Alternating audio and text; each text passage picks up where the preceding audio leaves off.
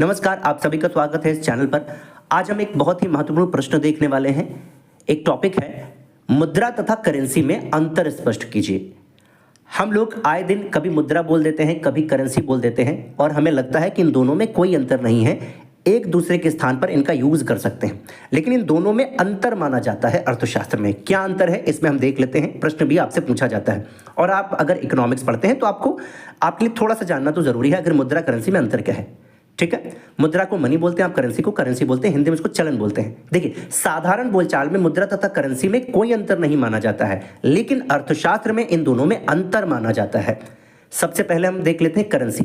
Currency शब्द से अभिप्राय केवल धातु के सिक्कों तथा विधिग्राह्य मुद्रा यानी लीगल टेंडर मनी से होता है। लीगल टेंडर मनी, जैसे भारत में रुपया चलता है, 5 का सिक्का 5 का नोट, 10 रुपए 10 का सिक्का 10 का नोट, है ना, 100 का नोट, ऐसे करके चलते हैं। ये लीगल टेंडर मनी होता है जिनको कोई लेने से इनकार नहीं कर सकता है कि ये नहीं लेंगे, ऐसा है ना। उसके खिलाफ फिर कार्रवाई हो सकती है, सरकार जेल भेज सकती है, पेनल्टी लगा सकती है। अब देखिए, ये जो करेंसी होता है, इन्हें चलन क्यों बोलते हैं? इन्हें करेंसी इसलिए कहा जाता है क्योंकि वैधानिक दृष्टिकोण से इन्हीं का देश के भीतर चलन होता है। एक देश में यही सर्कुलेट होते रहते हैं, ठीक है। 10 का सिक्का 5 का सिक्का 100 का नोट है, तो इसीलिए इनको करेंसी कहा जाता है।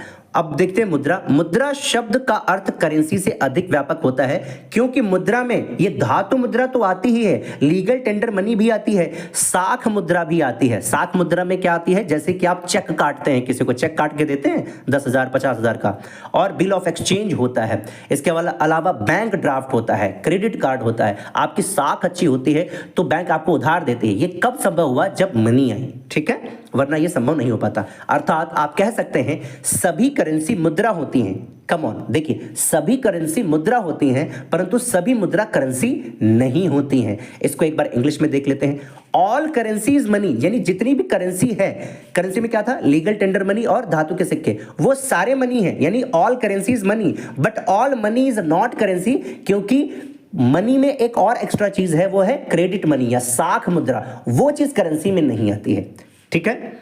मुद्रा की वे सभी इकाइयां चलन कहलाती हैं जो विधान के अनुसार देश में मुद्रा के रूप में प्रचलित होती हैं। कोई भी व्यक्ति इन्हें भुगतान में स्वीकार करने से इनकार नहीं कर सकता है। तो मैं आशा करता हूं आपको ये सारे पॉइंट क्लियर हुए होंगे कि मनी और जो करेंसी होता है, इन दोनों में अंतर क्या होता है। एक और पॉइंट है, देश की मुद्रा का केवल एक निश्चित भाग ही चलन होता है। यानी मुद्रा एक बहुत व्यापक शब्द है, इसमें से ही एक छोटा सा पार्ट होता है चलन, ठीक है।